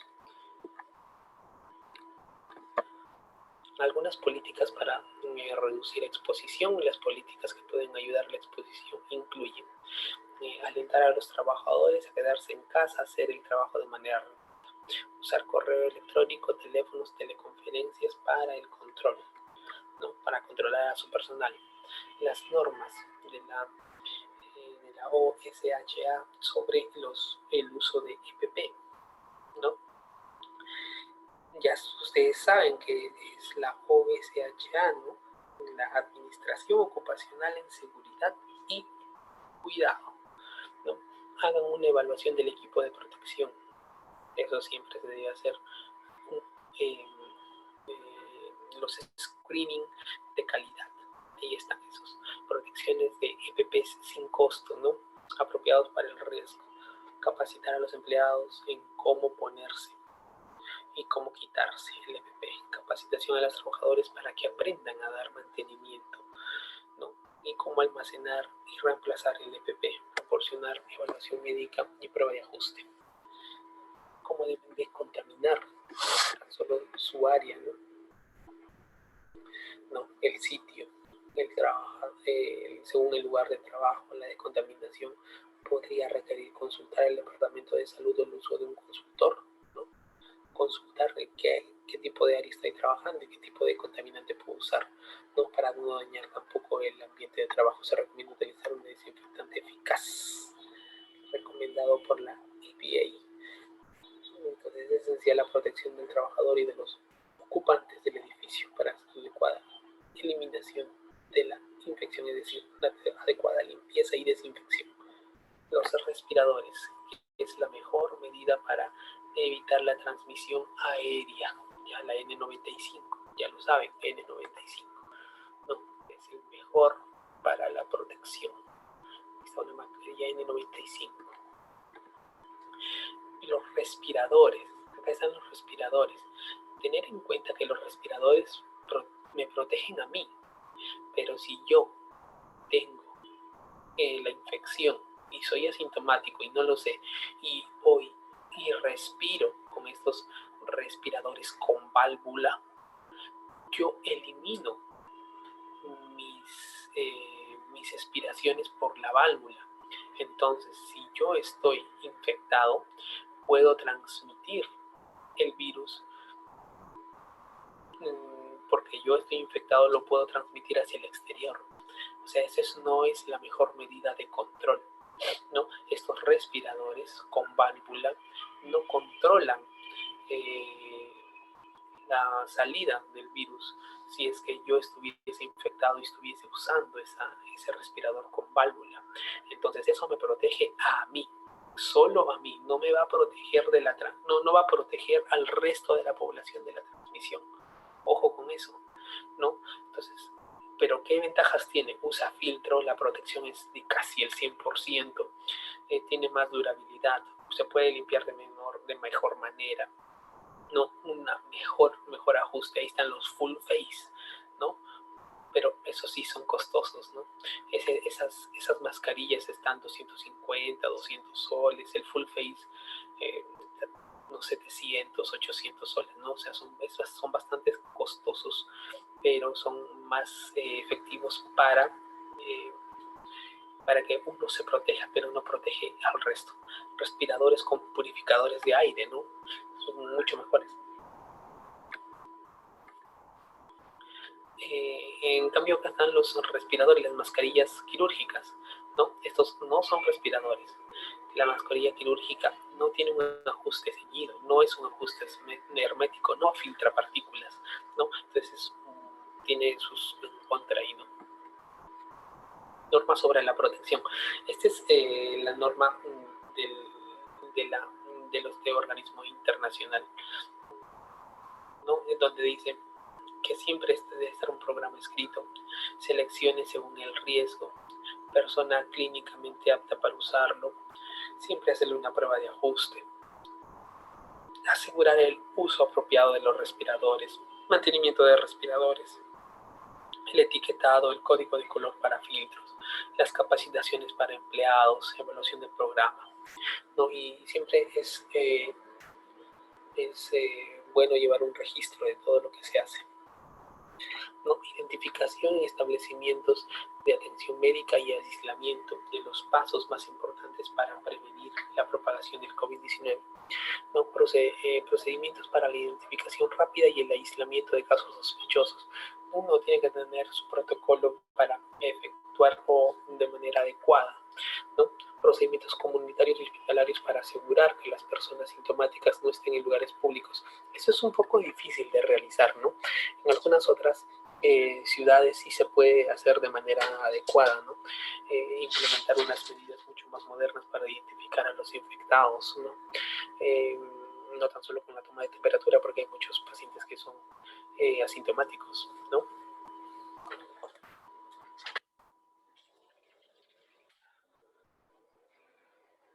Siempre recoger el historial del viaje, ¿no? De pacientes que se van hacia otro lado, si presentó o no presentó fiebre, aislamiento inmediato, pero como les digo, esas son medidas bastante eh, difíciles de hacer acá en nuestro medio. El uso del EPP en los trabajadores, ¿no? Siempre su protección facial, guantes, bata. Acá lo recomiendan en algunos lugares,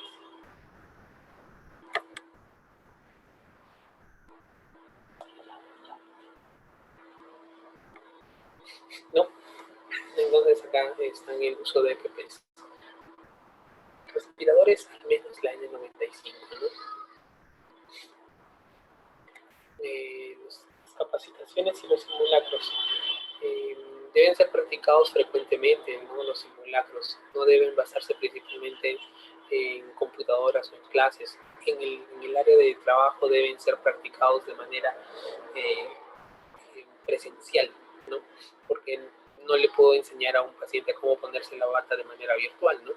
Eso siempre se hace de manera presencial. Debe incluir una oportunidad para simular el proceso real de ponerse un EPP y de cómo quitárselo, ¿no?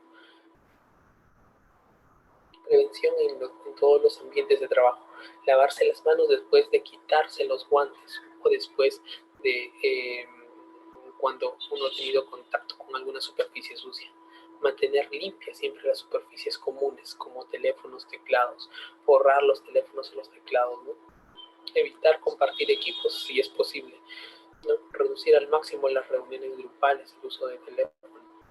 El correo electrónico debe ser una mejor medida para usarlo para la comunicación, considerar el teletrabajo, limitar las visitas innecesarias, ¿no? Y mantener su salud física y emocional. Descanso, dieta, ejercicios, ¿no? Protección de trabajadores esenciales. Acá eso es en lo que se basó el Estado para una mejor medida de protección, eh, por ejemplo, para el personal médico, para el personal policial, los bomberos, ¿no? Estos son los que primeros van a ser vacunados e inmunizados. Es una medida de protección esencial, ¿no? Debe hacerse una evaluación del riesgo especificando el sitio y el área de trabajo. Ellos deben tener un adecuado uso de EPPs y la inmunización requerida, ¿no? Norma de comunicación de riesgo de la Organización Internacional, ¿no? La norma de comunicación del riesgo eh, esta establece el derecho del trabajador a conocer sobre los productos químicos en el lugar de trabajo. La norma requiere, la norma requiere que el empleador, que los empleadores que elaboren una lista de todos los productos químicos de alto riesgo, ¿no? Información y etiquetado de estas en envases, información química de lo que contenga cada material, las capacitaciones de acuerdo al tipo de elemento químico que va a ser usado, un programa escrito y acceso del trabajador a la información, ¿no? Estos son derechos que deben de ser permitidos para todos los productos químicos de limpieza y desinfección. Recipientes portátiles, ¿no? Los recipientes portátiles deben estar rotulados. Los recipientes portátiles no tienen que estar etiquetados si el trabajador que trasvasa el producto químico durante este turno es el único que lo usa, ¿no? Ahí le dejo un link para que vean algunas otras normas para la transmisión de aerosoles. En California se exige la aplicación de estos y muchos otros tipos en los establecimientos de salud, también en los establecimientos de alto riesgo, como son los policiales, los bomberos, ellos que tienen contacto y que están siempre alertas, ¿no? En algunos albergues para el personal indigente o para el personal que labora en ese tipo de lugares, ¿no? Salud mental y estrés. Bueno, esto es un tema que ya hemos visto. Eh, Siempre mantenerse cómodo, eh, practique liberar el estrés con alguna otra actividad en el trabajo, ¿no? Sabemos que el estrés también inmunodeprime. Evite comportamientos poco sanos como el beber, el alcohol también inmunodeprime. Eh, Siempre mirar hacia el futuro, ¿no? Haga algunos planes para evitar el estrés, ¿no? Bueno, ya estamos terminando con esto. Esto únicamente son los últimos pasos. El módulo de capacitación de los trabajadores en cómo utilizar los recursos exigentes para investigar y evaluar las características, ¿no? El diseño interactivo, técnicas de capacitación diseñado para trabajadores y la comunidad en un enfoque global, los objetivos, ¿no?, que se tienen que, o que hemos visto, ¿no? Una vez tomado en el módulo, se podrán acceder a las fuentes existentes de todo, de los datos de seguridad para un patógeno y usarlos, ¿no? Buscar terminología clave usadas en las fuentes de datos. Acá también materiales de capacitación del PSD, ¿no? Presentación en PowerPoint, saber la guía. Ahí les dejo un link para que vean esa guía de pasos, para que tengan, si es que quieren enfocarse mucho más en eso. Algunas siglas que hemos usado, que las he puesto por si es que son de ayuda para ustedes, ¿no? Hay más información de la CDC, de la Organización de Administración de Salud y Cuidado, de la OMS, de la OPS, de la NIOSH. Entonces ahí están.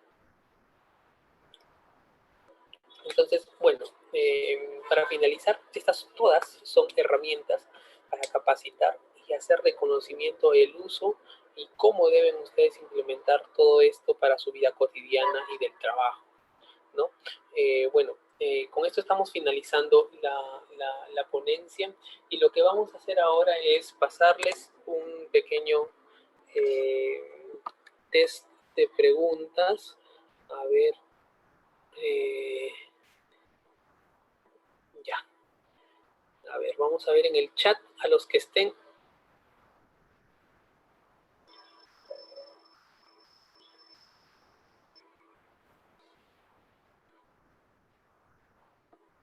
Un ratito, ahorita les paso.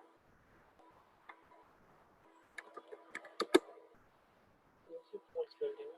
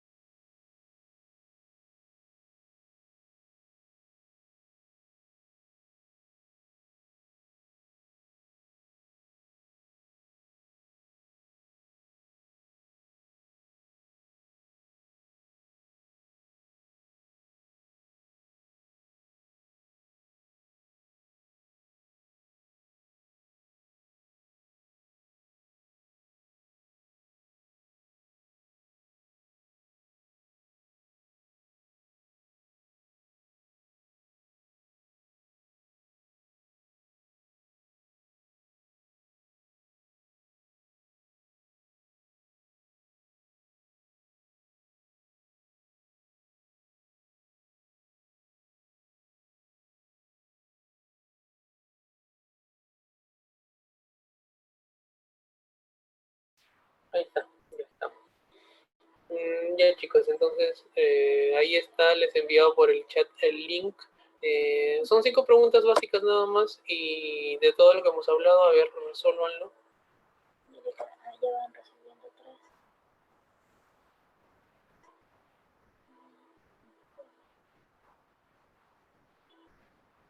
Cualquier pregunta o comentario, tenemos unos 10 minutos para que las hagan o las preguntas. Todavía nadie está resolviendo. Resuelvan todos. Que nadie está resolviendo todavía.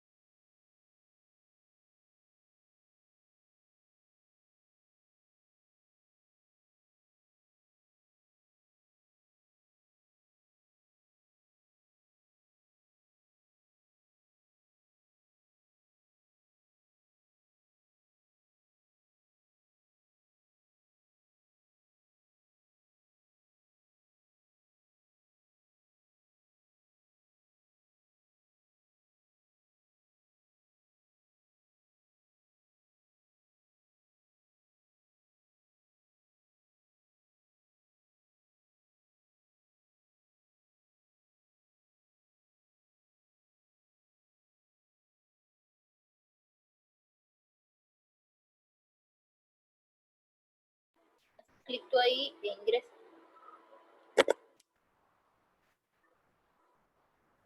A ver chicos, todavía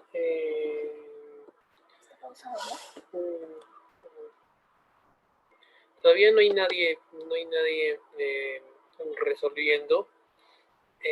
¿Tienen alguna duda o algo? Si no, cancelamos eso y ya vemos si alguien tiene alguna duda, si no ya concluimos con todo.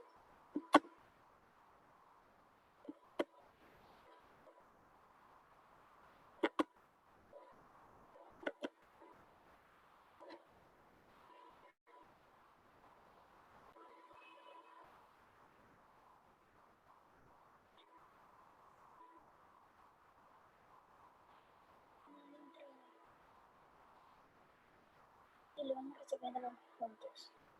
Y no pasa nada.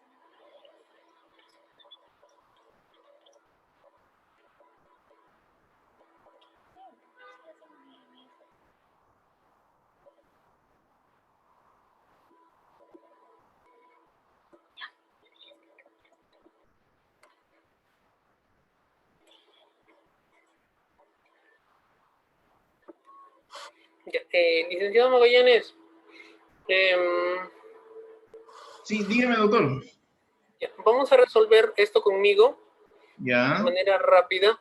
Actívenle los audios a todos para que puedan hablar si es que desean. Ya, doctor. Ya, entonces ahora sí estoy compartiendo otra vez pantalla. Ya, entonces aquí está los temas o el tema que que hemos puesto, algunos cuestionarios.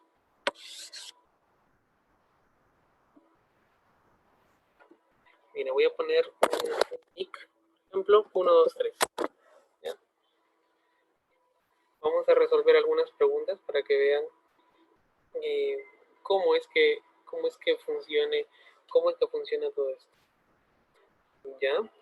No vamos a demorar mucho. En los 4 minutos. ¿Verdadero o falso? La dexametasona se usa en la primera fase o en la fase de respuesta inflamatoria por infección. ¿Verdadero o falso? Sabemos que la dexametasona se usa en la segunda fase, ¿no? Entonces, ahí se usa la dexametasona en la fase inicial.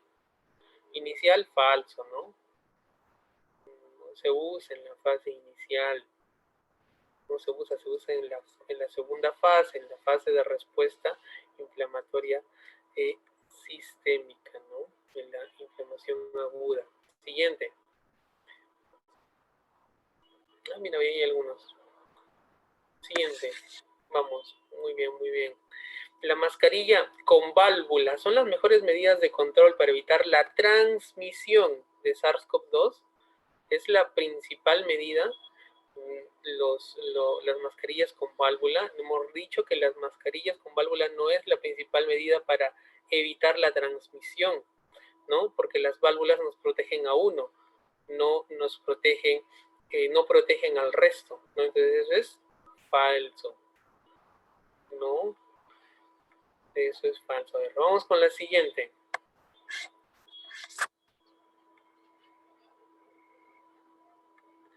La mejor medida de control de transmisión aéreo del SARS-CoV-2, ¿cuál es?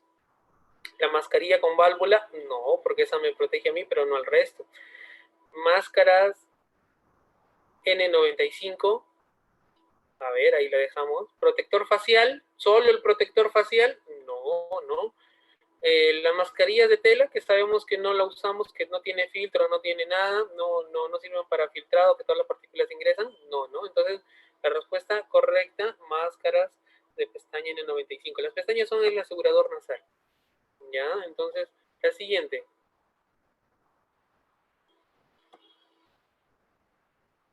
Vamos a ver. El orden correcto de las fases de la infección por SARS-CoV-2. 1. Fase aguda. 2. Fase de respuesta inflamatoria sistémica. Y 3. La fase de convalecencia, ¿no? Entonces, primero en la fase aguda, la fase inicial de respuesta aguda. La segunda es la fase de respuesta inflamatoria sistémica. Y la convalecencia es la de recuperación, ¿no? En ese orden, ese está bien, el de la número 1. El de la 2, ¿qué dice? Fase de convalecencia, no, esa es la última fase. Fase de respuesta inflamatoria sistémica es la primera, no, no, es la segunda. Entonces acá la respuesta correcta sería esta.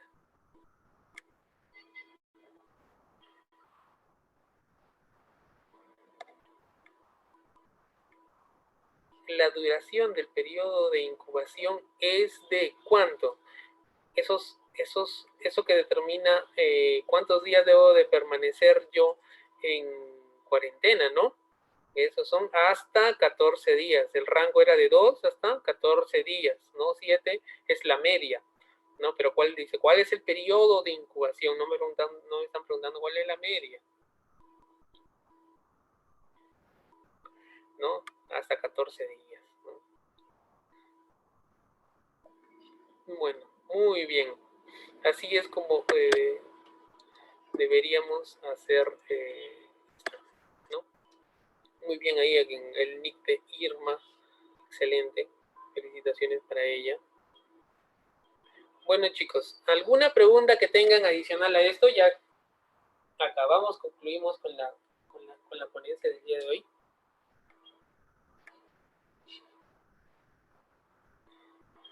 Si ya no tenemos ninguna otra pregunta, chicos, vamos a despedirnos y vamos a